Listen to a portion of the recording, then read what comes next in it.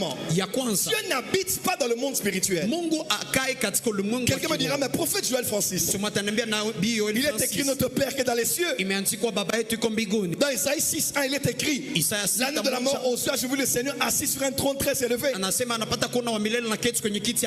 L'apôtre Paul dit, il a été emmené au 3e ciel, au paradiso, là où Dieu siège. Il a reçu les révélations du Seigneur dans ce lieu. Alors comment peux-tu nous dire que Dieu n'y est pas?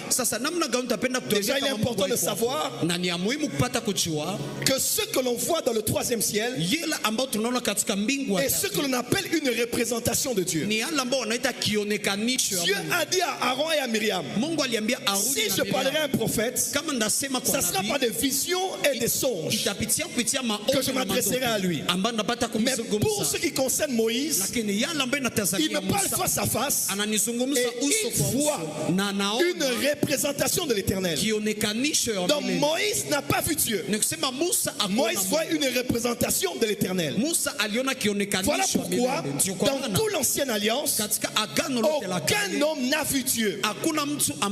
Jean chapitre 1 dit ceci, nul homme n'a vu Dieu, mais seul le Fils unique qui est dans le sein du Père. En grec on dit celui qui a fait l'exégèse du Père. Est-ce qu'on peut avancer?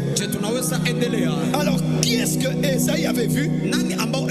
Jérémie avait vu, Élie avait vu, Moïse avait vu, Abraham avait vu, Jacob avait vu. Ils ont vu des représentations de l'Éternel. Après dit au 3e ciel, sur le trône, c'est Dieu qui est, mais c'est une émanation de Dieu. C'est une représentation de Dieu. C'est ainsi que tous ceux qui ont été amenés au ciel, ils n'ont pas eu la même vision. Les uns ont vu un agneau, les autres ont vu un feu, les autres ont vu un homme avec une longue barbe, les autres ont vu une croix, les autres ont vu des tonnerres, les autres ont entendu une voix. Pourquoi? C'était des représentations. Parce que Dieu